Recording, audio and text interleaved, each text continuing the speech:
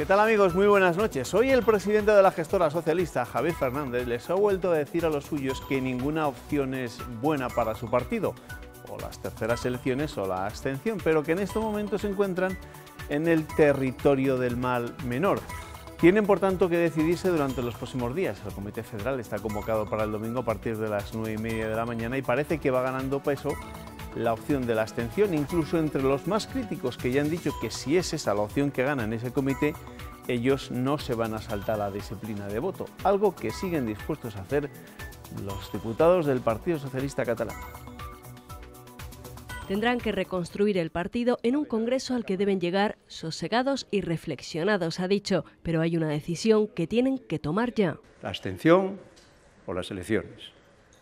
Eso es lo que hay y sobre eso debemos de discutir, sabiendo que estamos en el territorio del mal menor, que ninguna de las soluciones es buena. Abstenerse no es apoyar, eso solo se corresponde como una idea muy predatoria de la política. Reconoce que ese debate se debería haber producido hace semanas. No tuvimos ni diagnóstico, ni reflexión, ni realismo. No comparto ese posicionamiento de que las terceras elecciones serían nefastas para el Partido Socialista. Estamos ante una decisión puramente táctica, no ideológica, coyuntural, puntual. La pregunta es, ¿qué pasará cuando tomen una decisión? Yo nunca rompería la disciplina de voto. Aceptar el resultado que se imponga mayoritariamente.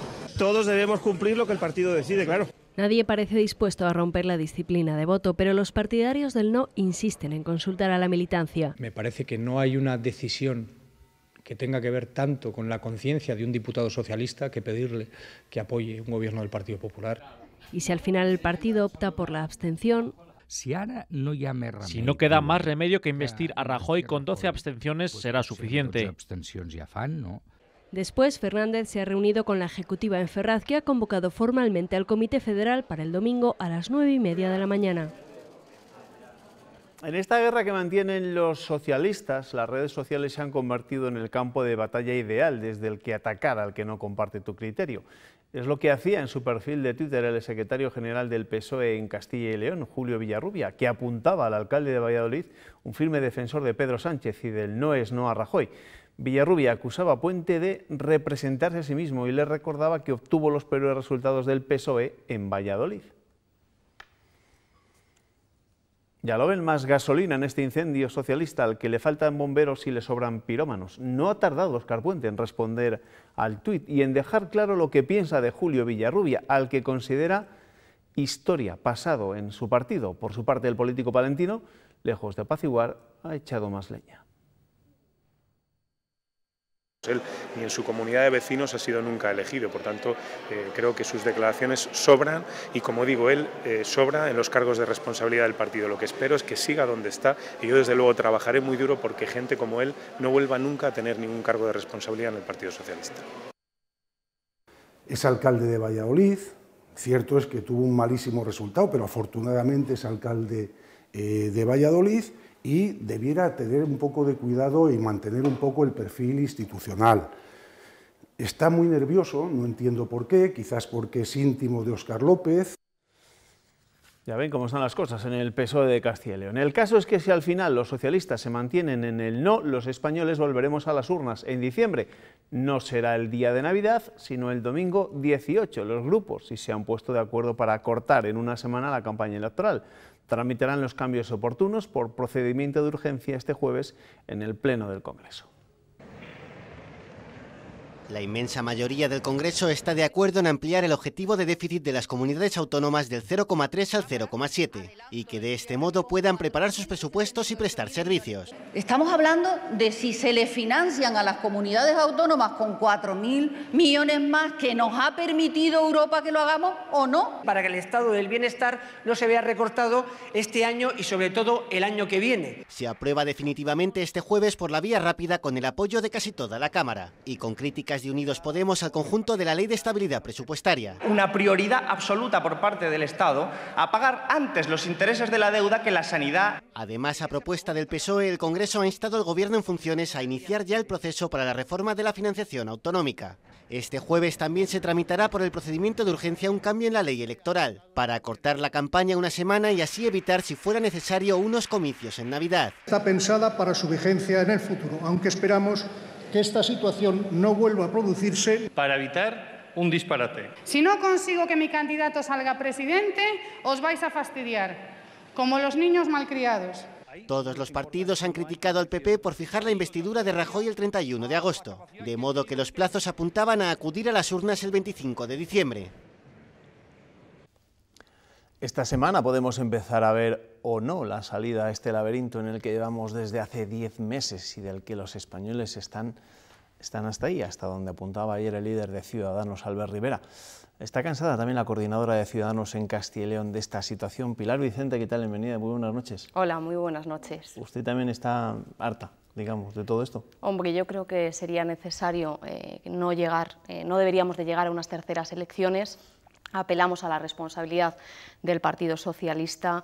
Es necesario que España se ponga en marcha, se ponga a trabajar, porque los ciudadanos están cansados, han votado, han decidido y nosotros tenemos que dialogar y llegar a soluciones, no crear problemas. Usted tiene cerca a políticos que prefieren esas terceras elecciones, sin ir más lejos. El alcalde de Valladolid, usted es concejala en el Ayuntamiento, Óscar Puente, insistía en el no a Mariano Rajoy y en que si hay que ir a unas terceras elecciones es mejor eso que abstenerse. Bueno, nosotros no queremos entrar en las crisis internas de otros partidos, hemos apelado a esa responsabilidad. Creo que la situación de Óscar Puente es algo diferente, porque al final el gobierno en el Ayuntamiento de Valladolid, su gobierno depende de Podemos y a lo mejor pues, en esa situación pues, se siente peligrar. Por cierto, que se mostraba usted muy crítica con el equipo de gobierno del Ayuntamiento de Valladolid, ¿no? Les acusaba de ser menos dialogantes de lo que parecen. Pues sí, la realidad es que ellos vendían diálogo y participación al inicio de la legislatura, pero cuando ya han entrado en el equipo de gobierno ha sido diferente. No han recibido a determinadas federaciones de vecinos, como es la Conde Ansúrez. Luego hemos descubierto que determinados concejales no se han reunido con las asociaciones de vecinos de los barrios de los que son responsables. Al final, pues es un poco maquillaje lo que plantean. ¿Le ha llegado a comparar incluso con Javier León de la Riva, con el exalcalde de Valladolid? Pues sí, porque a nivel interno Óscar Puente es una persona pues, más complicada y que es cierto que cuando no opinas lo mismo que él, pues se pone complicada la cosa. Pero nosotros no hemos venido a hacer amigos, ya lo he comentado, hemos venido a cambiar las cosas, a solucionar los problemas de los vecinos de Valladolid y en mi caso también de Castilla y León, y creo que esa es la vía correcta y en la que nos tenemos que centrar. Después le voy a preguntar por su cargo de coordinadora de Ciudadanos en Castilla y León, pero usted también es diputada en la Diputación Provincial de Valladolid y claro, ¿cómo lleva eso de ocupar un escaño alguien de Ciudadanos en una institución en la que no parece que crean demasiado? Bueno, nosotros ya le hemos dicho que mientras estas instituciones existan, vamos a estar ahí, vamos a defender los intereses de los ciudadanos de la provincia. Seguimos manteniendo que estas instituciones deben desaparecer. El ahorro podría llegar a suponer 5.000 millones de euros que podrían ir destinados a otros temas más necesarios, como es la sanidad o como es mejores servicios en los municipios. De cada 10 euros que maneja la Diputación, 6 van dirigidos a su estructura, 4, tan solo 4 para los municipios. Nosotros queremos más autonomía municipal y servicios de más calidad. ¿Pero no cree que en una comunidad como la nuestra, como Castilla y León, por sus características específicas y por tantos pueblos y tan pequeños algunos, las diputaciones sí que pueden ser necesarias? Nosotros creemos que no, creemos que los funcionarios podrían pasar a formar parte de la Junta de Castilla y León y además las diputaciones surgieron para prestar servicios comunes a los municipios y sin embargo se han creado las mancomunidades. Si prestaran bien esos servicios comunes no existirían las mancomunidades. Les decía yo a ustedes que Pilar Vicente, mi entrevistada de esta noche, es también coordinadora de Ciudadanos en Castilla y León. Acláreme un concepto, porque usted es coordinadora, Miguel Ángel es el delegado territorial de Ciudadanos. ¿Cuáles son las competencias de uno o de otro? ¿Qué diferencias hay entre los dos cargos? Bueno, el puesto de Miguel Ángel es un puesto más de estrategia, en mi caso es más de coordinación, de representación de los coordinadores, de los 9 coordinadores de las provincias. Mi tarea es trabajar con ellos en el crecimiento de Ciudadanos en Castilla y León, llegar hasta el último rincón de la comunidad y trabajar porque Ciudadanos dentro de 3 años, estoy segura, que vamos a conseguir estar presentes en todos los municipios de la comunidad. ¿Y cuál es lo más complicado de coordinar en un partido nacido como quien dice, antes de ayer, hace muy poco tiempo? Bueno, no lo veo complicado. Al final somos un partido, en el caso de Castilla y León, somos cerca de 500 cargos públicos, tenemos alrededor de 1.500 afiliados, se trabaja bien, tenemos unos coordinadores provinciales que trabajan de manera autónoma y entre todos juntos estamos tratando de hacerlo lo mejor posible. ¿Qué ha supuesto para Pilar Vicente la llegada de Ciudadanos a la política regional? Bueno, para mí ha supuesto un cambio. Al final Ciudadanos ha venido a regenerar, ha venido a cambiar y a conseguir mejoras para los ciudadanos. En el caso regional facilitamos la investidura del presidente Herrera y hemos conseguido muchos avances. Tan solo tenemos 5 procuradores, pero conseguimos empujar a los 42 del Partido Popular, que no es poco, y hemos logrado, por ejemplo, la gratuidad de los libros de texto, disminuir impuestos como es el IRPF o el impuesto de sucesiones y donaciones, también que se cree un portal de transparencia sanitaria, pero como ya digo hay que empujarles. Ayer mismo Manuel Mitadiel decía que ese portal de transparencia era de mínimos, no es tan ambicioso como nosotros venimos pidiendo. También hemos conseguido sacar adelante las 2 primeras leyes de la legislatura, el Estatuto del Alto Cargo, que es un estatuto que va dirigido a incorporar medidas de regeneración, evitar las puertas giratorias, instaurar la limitación de mandatos o, por ejemplo, esa ley que también busca la protección del funcionario que denuncia casos de corrupción. Usted habla de esos logros, pero hay quien les considera y les acusa, en cierto modo, de ser la muleta del Partido Popular. De eso nada, al final somos nosotros los que les vamos empujando. Herrera es un presidente en retirada, es un presidente que está inmóvil y es Ciudadanos el que viene cambiando las cosas. Hemos hecho todo eso que te he indicado y yo creo que no es poco. ¿Y qué espera de Ciudadanos durante lo que resta todavía de legislatura en el ámbito regional, sobre todo? Bueno, vamos a presentar propuestas para la dinamización económica de la provincia, en regeneración y transparencia, y vamos a tratar de revertir los recortes, sobre todo en sanidad y en educación, que no es poco. Nos sentaremos a negociar los presupuestos porque somos un partido responsable.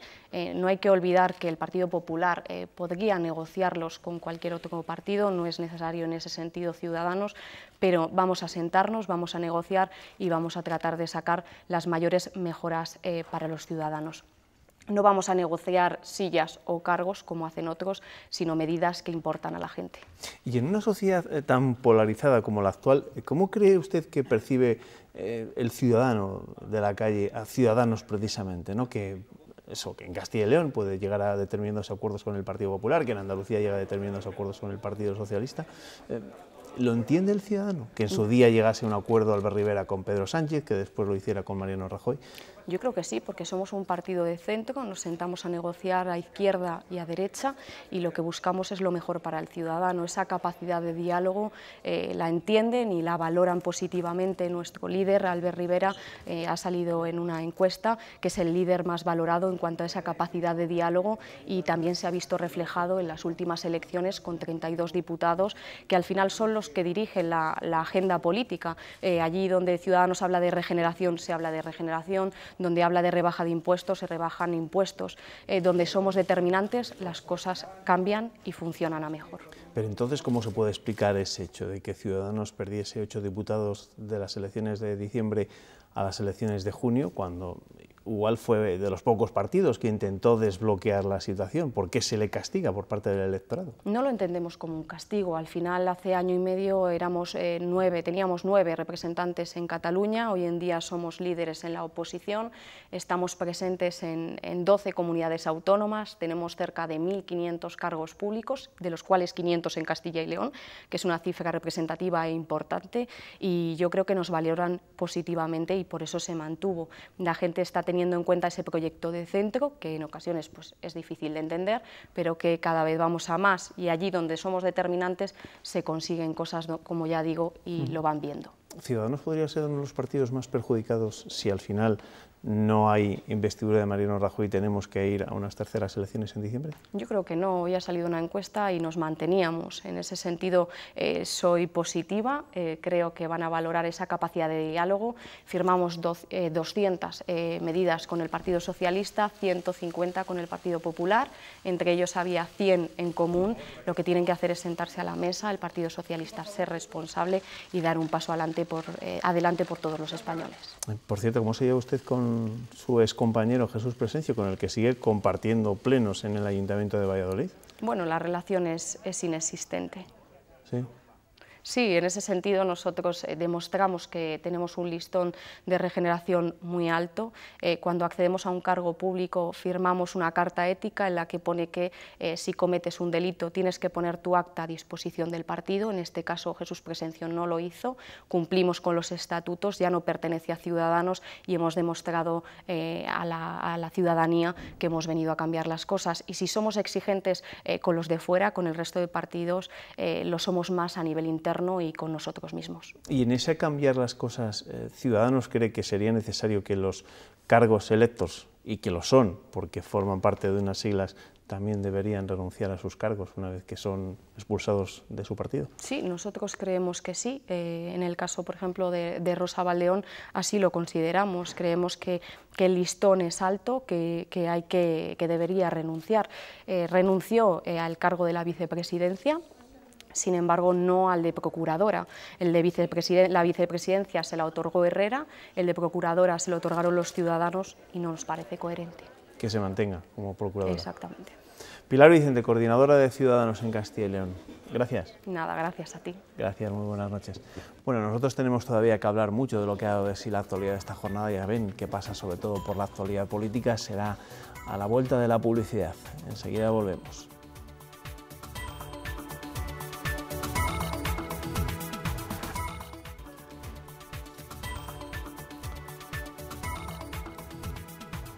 Toca, ya no saben, este segundo tiempo de nuestro espacio informativo, hablar de lo que da de sí la jornada en nuestro tiempo de tertulia, pero antes, como no, ver lo que dicen los periódicos de nuestra comunidad en sus primeras páginas. Con ellos viene como cada noche Ernesto Escapa. Ernesto, ¿qué tal? Bienvenido, buenas noches. Buenas noches. ¿Con qué empiezas? ¿Con economía? Con una noticia económica, una buena noticia económica. Adelante. Con el norte de Castilla, que titulan su primera, Burgos, Palencia y Valladolid despuntan como motores de la economía de Castilla y León. También señala que este año va a descender el paro en más del 11%, a la vez que constata que el PIB regional no se desacelera y eleva el crecimiento al 3%. Diario de Valladolid, El Mundo, titula en su primera que el acuerdo de Puente y Carnero, el alcalde de Valladolid y el presidente de la Diputación, desinfla el parque de bomberos de Arroyo. Diario de León destaca en su primera una noticia, un grave suceso ocurrido en El Bierzo. Una mujer secuestrada en Favero denuncia agresiones y vejaciones de su expareja tras pedir su reingreso en la cárcel al ser abandonada en Bembibre. Diario La Razón, más de 1000 expertos consolidan a León como centro tecnológico de España. Diario Palentino, localizan 10 kilos de hachís en un coche que se saltó un control el domingo a primera hora de la mañana en el barrio de Santiago de la capital. Diario de Ávila, la economía abulense crecerá un 3% en 2016 al ritmo de la media regional. El Correo de Burgos, el eje Burgos-Palencia-Valladolid impulsa el PIB regional y agrava la brecha. Diario de Soria, la provincia presenta el menor dinamismo económico de la comunidad. Diario La Razón, nuevas plataformas logísticas para crear riqueza y consolidar empleo en el protocolo firmado entre el ministro de Fomento y el consejero de Fomento de Castilla y León. Y por último, Diario ABC destaca en sus páginas de Castilla y León el enésimo capítulo del cisma socialista. El Partido Socialista de Castilla y León toca fondo con la incendiaria bronca entre Óscar Puente y Julio Villarrubia. Gracias, Ernesto. Estos son algunos de los titulares de la prensa regional que vamos a poder leer este miércoles en los periódicos de nuestra comunidad, y vamos a ampliarles esa información que leía Ernesto de las páginas del Diario de León, ese macabro suceso. Efectivos de la Guardia Civil han detenido a la expareja de una mujer de 36 años que ha denunciado su secuestro y agresión en la localidad leonesa de Bembibre. La abogada de la víctima ha señalado que el hombre y otro individuo habían sometido a su defendido a todo tipo de vejaciones, entre ellas intentar sellarle la vagina con pegamento. A las 23 horas del 17 de octubre, la agredida, vecina de Favero, estaba en su vivienda y supuestamente el varón la secuestró en la puerta de su domicilio junto a otro varón. Amenazada, fue introducida en un vehículo hasta Bembibre, localidad de residencia del detenido, donde supuestamente le propinó una paliza y la abandonó en una vivienda junto a la estación de tren, donde, según la demandante, le habían amenazado con tirarla a las vías, amordazada y con los ojos vendados. Lo peor ha sido las quemaduras que tiene en el pubis y en la vagina. Casi desnuda buscó ayuda en esta calle, siendo atendida en esta farmacia. Anímicamente destrozada, como acabo de estar hablando hace unos minutos con ella, me decía: quiero quitar todo, no quiero que me mate, no quiero que mate a mi hijo. En el centro de salud de Bembibre recibió los primeros auxilios y declaró ante la Guardia Civil. El juzgado de instrucción número 5 de Ponferrada asegura que el detenido llevaba desde el pasado viernes una pulsera telemática para evitar el acercamiento a su expareja. En el momento del rapto no se produjo el sonido habitual. Entiende el juzgado que significa que la mujer no portaba también su propia pulsera, algo que desmiente la abogada. A 200 metros el dispositivo tendría que haber sonado y no sonó. Y yo la explicación que le encuentro a eso es que él es hacker y sabe perfectamente neutralizar los GPS. El varón ya ha sido detenido y está a la espera de la decisión del juez. La denunciante pide a la justicia que también se dicte una orden de alejamiento para su hijo. Ese es el suceso que, como os decíamos, tenía lugar esta tarde en León, en Bembibre. Vamos a comenzar nuestro tiempo de tertulia, en la que tenemos que hablar, y mucho, un día más, aunque seguro que a ustedes les acaba por aburrir, de política y sobre todo de la situación que vive el Partido Socialista. Esta noche con Ana Rodríguez. Ana, ¿qué tal? Bienvenida, muy buenas noches. Hola, buenas noches, muchas gracias. Y con Felipe Ramos. Felipe, ¿qué tal? Bienvenido, buenas noches. Buenas noches. Os voy a preguntar cómo estáis viendo la crisis que se vive en el Partido Socialista, pero quiero antes recuperar un cruce de declaraciones en las que, en fin, se dejan finos el uno al otro entre el alcalde de Valladolid, Óscar Puente, y Julio Villarrubia. Todo ello a raíz de un tuit que ayer lanzaba Julio Villarrubia, en el que no dejaba precisamente muy bien parado a Óscar Puente por sus críticas de los últimos días a la gestora y por su insistencia en el no es no y en defender a Pedro Sánchez. Esto es lo que hemos escuchado hoy. Él ni en su comunidad de vecinos ha sido nunca elegido, por tanto creo que sus declaraciones sobran y, como digo, él sobra en los cargos de responsabilidad del partido. Lo que espero es que siga donde está y yo desde luego trabajaré muy duro porque gente como él no vuelva nunca a tener ningún cargo de responsabilidad en el Partido Socialista.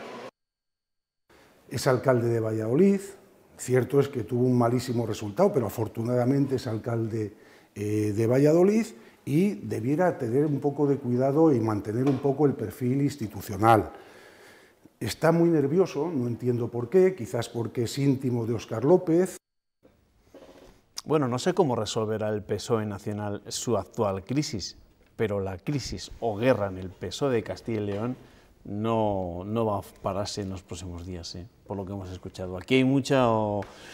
no sé si llamarlo odio o ganas polvos, de revancha. Vienen estos lodos, ¿no? Recordemos que Julio Villarrubia dejó de ser el secretario regional del Partido Socialista en Castilla y León porque hubo una situación similar a que ha habido Pedro Sánchez, la dimisión de la mitad de la ejecutiva más uno, y uno de ellos, todo apunta a que fue auspiciado por Óscar López, y ese odio que yo creo que se quedó tapado pero no sepultado, sale ahora, ¿no? Porque Óscar Puente siempre ha estado del lado de Óscar López, ¿no? Es verdad que me parecen declaraciones tanto por un lado como por otro un poco duras, ¿no? Que a lo mejor no tienen ningún sentido porque no aportan nada a una situación. Y porque sobre todo esto trasciende a la situación que vive el PSOE a nivel nacional estos días. El problema del Partido Socialista, tú dices que podían disimular un poco. El problema del Partido Socialista es que llevan demasiados años disimulando. Sí, el problema del Partido Socialista es que hicieron un congreso que cerraron una crisis en falso, cuando dijeron a Luis Tudanca, y la crisis estaba latente.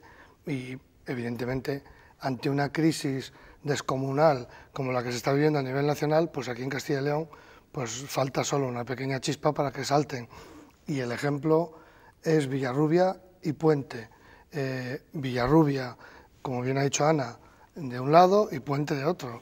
Y ese choque de trenes se iba a producir más tarde o más temprano. Y esto no es nada para lo que se avecina. Sí. Esto no ha hecho nada más que empezar para lo que se avecina. Ya se abstengan o decidan abstenerse o no abstenerse el domingo, hay que tener en cuenta que a partir de ahí se abre todo un proceso congresual a nivel que el Partido Socialista se va a abrir en carnes y que aquí en Castilla y León está demostrado que está dividido, que Tudanca no tiene la mayoría de los apoyos, se demostró en el comité, la mayoría de secretarios provinciales ayer le exigían un comité autonómico que él dice que no va a hacer. Está claro que la crisis ha estado latente y llevan demasiados años disimulando. Ese es el problema. Pues es lo que parece, que nos va a dejar todavía unos cuantos titulares la crisis que vive en el Partido Socialista. Cuando se resuelva, que también va a ir para largo la situación que vive el PSOE a nivel federal, después tocará las crisis que se viven. Ahora también quiero decir una cosa, si me permites. Así les va. Así les va, mirándose al ombligo de continuo y solo mirando a sus cuentas personales. Julio Villarrubia dejó de ser de aquella manera secretario general del PSOE en Castilla y León hace ya 2 años. 2 años. Pero luego también fue eliminado de las listas al Congreso, acordaros que también sufrió... A pesar de ganar... exactamente. Que lejos voto de de los militantes, exactamente. Se siguió hurgando en la herida, ¿no? Si hablamos de tuit, podemos recordar aquel de Óscar Otro López. Tuit del plato frío, ¿no? La cena fría. La cena fría, ¿no? De la venganza y estas cosas.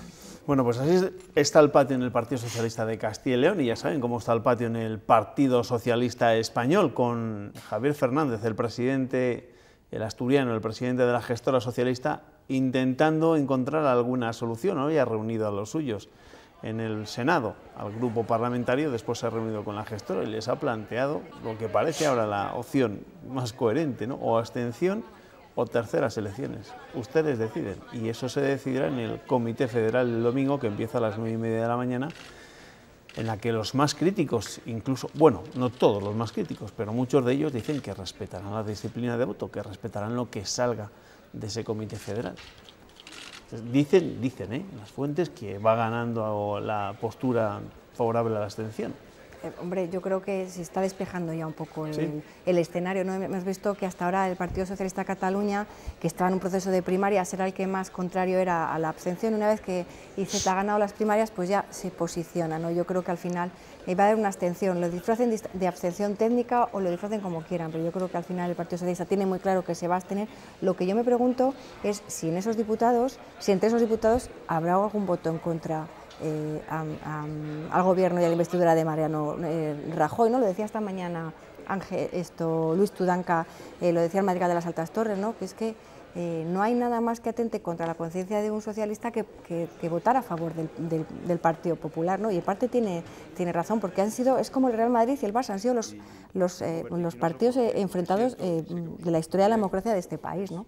Lo que pasa es que Tudanca también se tiene que aclarar, porque no puedes por un lado decir no a la abstención de Mariano Rajoy y por otro lado decir también no a Podemos. Es que las dos cosas no casan. Y también decir que no quieres unas terceras elecciones. Yo no tengo duda que el Partido Socialista se va a abstener, pero entre otras cosas porque saben perfectamente que serían los grandes perdedores de unas terceras elecciones. Que no tienen candidato. Y ellos tendrían que abrir ese proceso en el que yo hablaba, que se abrirían en carnes en la plaza pública, lo tendrían que hacer ya. O sea, lo tendrían que hacer a 1 mes y medio vista, menos, a 1 mes vista, porque hay que elegir candidato. Evidentemente, el Partido Socialista ahora mismo es al que más le interesa que no haya elecciones. Por eso, entre otras cosas, están defendiendo la abstención, pero claro, tienen un grave y un gravísimo problema, que es cómo explican esa abstención, a lo que te acabas de decir, a un gobierno de Mariano Rajoy.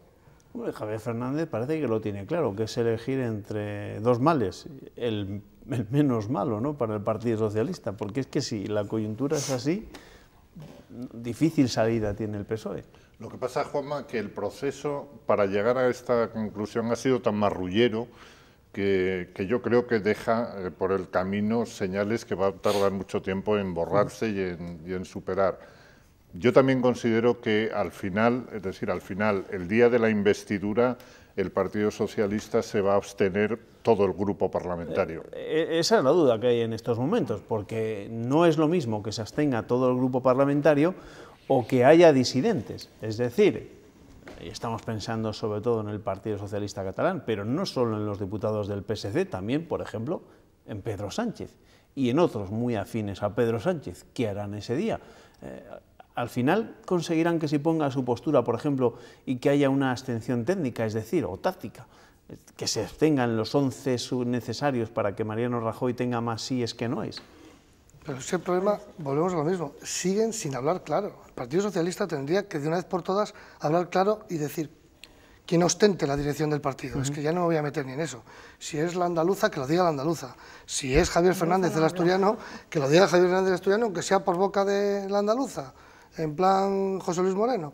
Pero que digan de una vez por todas qué van a hacer y qué van a plantear en ese comité. Mire, vamos a llevar al comité la abstención en bloque del Grupo Socialista. O no, mire, vamos a llevar en ese comité que 11 se van a ir. 11 se van en el pleno y ya está. Pero que lo aclaren una vez, es que no hablan claro. Y ese es el gran problema del Partido Socialista. Pero es que llevan sin hablar claro desde el momento cero, o sea, nunca han sido muy claros con esta cuestión. Es verdad que parece que todo apuntaba que iba a ser abstención y al final la gestora tiene clarísimo que va a ser una abstención y el problema está en dilucidar cómo lo hacen. Pero al final es una abstención, lo miren por donde lo miren, lo disfracen de técnica, de no técnica, es que es una abstención. Y eso al votante socialista de la calle, pues probablemente le cueste comprenderlo, le cueste entenderlo. Pero luego se lo han explicado. Bueno, que les recuerdo que llevamos 10 meses, más de 10 meses con el gobierno en funciones, pero eso no significa que no tengamos diputados y senadores. Pues bien, hoy esos diputados y senadores sí que han tenido algo de trabajo, han tenido pleno. En ese pleno, en el del Congreso, al menos parece que se van a poner de acuerdo para que no tengamos que ir a votar, si al final se repiten las elecciones, el día de Navidad, que lo hagamos el 18 de diciembre, menudo detallazo que han tenido. Han acortado la semana, han acortado en una semana la campaña electoral, lo cual tampoco quiere decir demasiado, porque las campañas electorales empiezan muchísimo antes de lo que se dice oficialmente que empiezan, ¿no?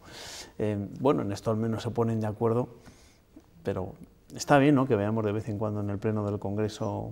Hombre, que hay diputados que trabajan a pesar de estos 10 meses y pico de ocio. Si celebrasen terceras elecciones, yo creo que la abstención sería tan elevada porque la gente está tan cansada que no iría a votar, pero si ya es el día de Navidad, pues bueno, pues probablemente el porcentaje de participación sería irrisorio. Entonces, de participación y de presencia de los, de los responsables de las mesas en los colegios. La gente está ya cansada, saturada, o sea, no se puede volver a ir a votar en diciembre. O sea, la gente, tú sales a la calle y está cansada, es que dice, ya he votado 2 veces, ya he ejercido mi derecho al voto, ya me he expresado 2 veces y en 2 ocasiones no han tenido en cuenta, me veo, ¿para qué una tercera? Bueno, dices que han ido a trabajar, dejémoslo, yo digo en qué han ido. De todas formas, esto estaba evitado si el Partido Popular y Mariano Rajoy no hubieran utilizado con el beneplácito de la presidenta del Congreso, y eso también hay que decirlo, no hubieran utilizado los tiempos para llevar a las elecciones a un 25 de diciembre, que es una de las mayores irresponsabilidades que se podían haber cometido. O sea, todo esto estaba evitado y lo sabían en el momento, y sabían en el momento que lo hicieron y que provocaron esa situación, que no se iba a votar el día 25, el día de Navidad. Eso lo sabían Rajoy, lo sabía la presidenta del Congreso. Es una forma también de meter presión. Efectivamente, es lo que digo, no puedes utilizar las instituciones y no puedes utilizar los tiempos institucionales para meter presión. 10 meses que llevan ahí. Sí, no, parece increíble, pero yo todavía recuerdo aquellos programas de las noches electorales de diciembre y de junio en los que los ingenuos de nosotros pensábamos que iba a haber una investidura rápida de... La segunda vez ya menos, en verano menos, pero la primera vez pensábamos que efectivamente se iba a producir esa investidura. Sí, hemos sido muy ingenuos durante estos 10 meses y pico en los que hemos especulado un montón y al final no hemos llegado a casi ninguna conclusión. Bueno, veremos qué es lo que pasa durante los próximos días y estaremos muy atentos sobre todo a lo que decida el Partido Socialista, que es en definitiva el que tiene la llave para evitar unas terceras elecciones en el mes de diciembre. Quiero hacer referencia a la agresión sufrida por una pareja de guardias civiles y sus novias en Alsasua hace unos días. Hoy el Partido Socialista Navarro ha desautorizado a su concejal en esta localidad, que ayer respaldó un comunicado con los partidos nacionalistas donde mostraban su preocupación, decían, por la masiva presencia de este cuerpo en la localidad. Los socialistas navarros reiteran su reconocimiento a la Guardia Civil y rechazan la crítica. La secretaria general del PSN, María Chivite, estuvo en esa concentración que tuvo lugar anoche en Pamplona en apoyo a la Benemérita. El ministro del Interior ha dicho esta mañana que lo ocurrido el sábado se enmarca más como un delito de odio que de cale borroca. Y estos sucesos, el caso es que ocurren ahora, cuando se cumple, no están a punto de cumplirse los 5 años desde que ETA anunciara el fin de la violencia, o el alto del fuego definitivo. Bueno, yo sí que soy el precedente y por una vez, espero que nunca más, estoy de acuerdo con el ministro del Interior. Yo creo que es más un caso aislado de una violencia que un renacimiento de la cala roca. Y lo digo desde aquí, de lo que, sin estar allí ni tener ningún conocimiento.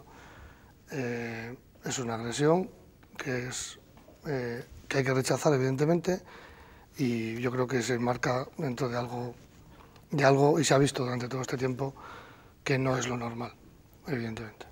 Y menos mal que no es lo normal. Coincido totalmente con Felipe, creo que ha sido un acto de violencia, no creo que tenga nada que ver con el terrorismo que ha sufrido el País Vasco y que ha sufrido este país durante muchísimos años. Es lamentable y como cualquier acto de violencia hay que condenarlo, investigarlo, buscar a los culpables y hacerlos pagar, pero vamos, teniendo en cuenta que yo creo que es un acto de violencia, nada de terrorismo. Bueno, por cierto, hablando del terrorismo, ahora que, como les decía, se cumplen 5 años del cese definitivo de la violencia, de ese anuncio de la banda terrorista ETA, hoy conocíamos que el juez va a permitir salir de la cárcel a la histórica etarra La Tigresa.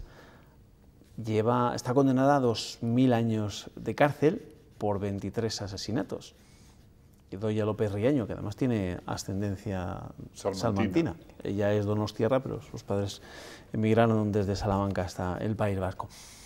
Más allá de las políticas y de sus derivadas, hoy también era día de datos económicos. Según el informe elaborado por Caja España Duero, el comportamiento de la economía de nuestra comunidad durante la primera mitad del año ha sido mejor de la prevista, y esa tendencia continuará hasta finales de año. En sus previsiones, eso sí, rebajan el crecimiento para 2017. La economía castellana y leonesa acabará este año con un crecimiento similar al de 2015, en torno al 3%, y eso a pesar de que se esperaba ya la ralentización que los expertos posponen para 2017, con un aumento del 2,1%. El paro descenderá. En el promedio del año podría quedar ligeramente por debajo del 15%.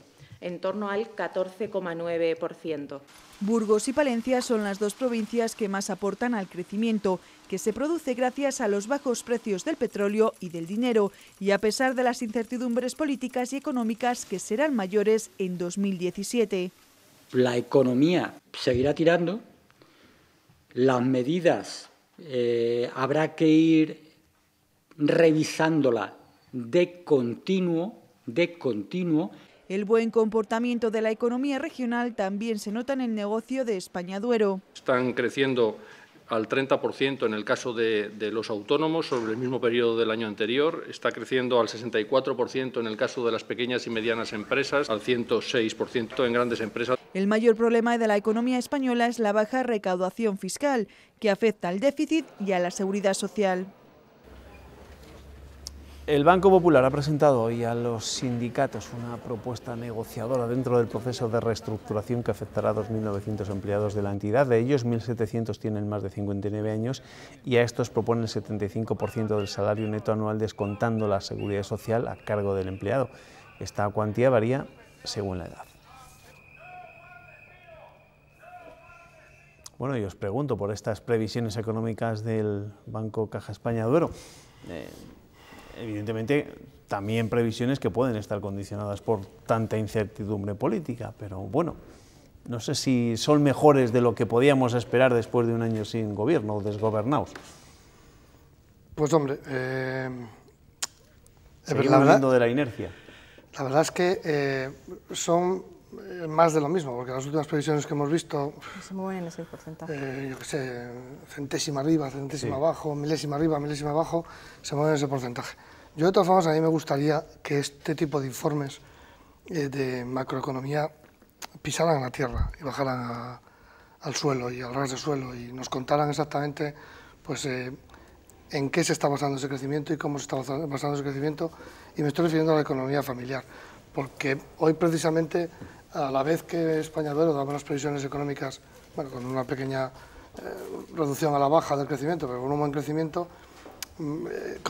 Comisiones Obreras hablaba de las familias que lo pasan mal para llegar a final de mes. Evidentemente, yo me gustaría que esta macroeconomía pisara la tierra más de una vez y más de dos, y contar la realidad de esas familias que llegan a final de mes malamente, las que llegan. Hombre, son lo que dice Felipe, son datos que se vienen manejando, ¿no? De 2,7, 3, bueno, es verdad que tú lees las informaciones y lees el informe que se ha presentado hoy, y es verdad, son datos macroeconómicos, que va a crecer, que va a descender el paro, que mejora el consumo de los hogares, pero claro, ¿qué hogares, no? ¿Quiénes son los hogares que tienen capacidad para poder gastar, ¿no? Está bien que las previsiones sean positivas, ¿no? Que para el año que viene la previsión de crecimiento es mucho menor, es casi un punto menor, pero advertía este informe de una cosa que hay que tener en cuenta. Dice que lo decía así, que esos vientos de cola que hasta ahora han sido beneficiosos para Castilla y León, como el turismo, como la política monetaria, como el bajo precio de la gasolina, nos han beneficiado, pero que esas políticas van a cambiar, y que ahí, y la inestabilidad internacional que se puede dar, pues también nos puede afectar. O sea, que son previsiones un poco que, bueno, pues que hay que tener, y de esa manera, ¿no? Un poco... Un problema, por ejemplo, real, de los de a pie de calle, de los que afectan al día a día de muchos ciudadanos en este país, a los que pedía Felipe que bajaran estos informes, a que nos dieran respuestas sobre estos asuntos. Y una pregunta, porque lo hemos conocido, que se agota la hucha de las pensiones. ¿Qué va a pasar a partir del año que viene, cuando ese fondo de reserva se quede literalmente a cero? ¿Dónde están las soluciones que se plantean también desde los economistas y sobre todo desde los diferentes partidos políticos? Habrá que crear nuevos impuestos, en fin, habrá que desvincular del sistema las pensiones no contributivas e incluirlas en los presupuestos generales del Estado. Respuestas que todavía no tenemos, y esto es para pasado mañana. Sí, la hucha se agota. En teoría le queda un año. Aquí nos olvidamos. Le queda un año a la hucha, sí, los que estamos aquí, vamos, olvidaros de buscar otra... Néstor lo tiene, Néstor lo tiene. Néstor lo tiene hecho ya, pero Juanma, a ti te veo presentando el informativo muchos años. Sin dientes ya, sí. No, nos reímos, pero maldita la gracia que hace. Sí, y a mí me gustaría, y hombre, el secretario de Estado es de aquí, y yo le he oído decir por activa y por pasiva, y he aprovechado todas las campañas para decir que no pasaba nada por tirar de la hucha, que para eso estaba la hucha, que para eso estaba la hucha. Pues es que la hucha es como cuando mis hijos la rompen, se rompió la hucha y se acabaron las pensiones. Ahora me gustaría saber qué es lo que van a hacer. Y todo esto, ¿cuántos meses decías que llevábamos sin Alvis? Más de 10, ¿no? Más de 10. Pues, y con un ministro de Economía que ya augura nuevos recortes, en más de 5.000 millones de euros. Pero estos 10 meses han sido una temporada idónea para que los diputados, para que nuestros representantes se hubieran pensado la solución a las pensiones y otras muchas cosas. Tiempo han tenido. Porque han cobrado todos los meses. Por ejemplo. Pero estaban más preocupados de sus cuitas personales, lo acabo de decir. Porque hay asuntos ajenos a lo que son las disputas del día a día de la política, y este es un problema de Estado, y evidentemente había unos pactos en los que se tenía que resolver este asunto, los pactos de Toledo famosos, ¿se acuerdan, verdad? Donde se supone que había acuerdo, unanimidad entre los partidos, había diálogo, pero en fin. Y aquí el PP no le puede echar la culpa al pasado, ¿eh? No. Se ha gastado. Que no le eche la culpa al pasado. La lucha de las pensiones se ha agotado en estos 4 años. Bueno, veremos si hay manera de que se rellene de nuevo esa hucha de las pensiones o si hay que modificar de alguna forma el sistema. Gracias, Ana. Gracias, Felipe. Gracias. Nos vemos. Ernesto, aquí te espero mañana. Hasta mañana. Hasta mañana. En las vísperas de la conmemoración del 8º centenario de la Universidad de Salamanca, este martes su rector ha recibido la máxima condecoración del gobierno nipón, la Orden del Sol Naciente, Estrella de Sol y Plata. se la ha impuesto el embajador de Japón en España en un acto en el que el presidente de la Junta, Juan Vicente Herrera, ha encabezado la delegación castellano y leonesa que ha apoyado a Daniel Hernández Ruy Pérez, que tras el Centro Cultural Hispano-Japonés y el Grado Oficial de Estudios Orientales quiere seguir impulsando estas relaciones. Intensificando sobre todo las relaciones de investigación con universidades japonesas. Es cierto que tenemos muy buenas relaciones, con muchas en el campo de las lenguas, muchas relaciones en el campo de estudios de traducción, de estudios de filología. España nos da una oportunidad de aprender idioma español y sobre todo Salamanca hace muchos esfuerzos para aceptar los estudiantes japoneses. Nos vamos, Ana, no hables que se te escucha. Nos vamos desde las 7:30 de la mañana. Pilar Ruiz nos contará cómo se despierta este miércoles Castilla y León. Nosotros nos vemos al filo de la medianoche. Hasta mañana, que descansen.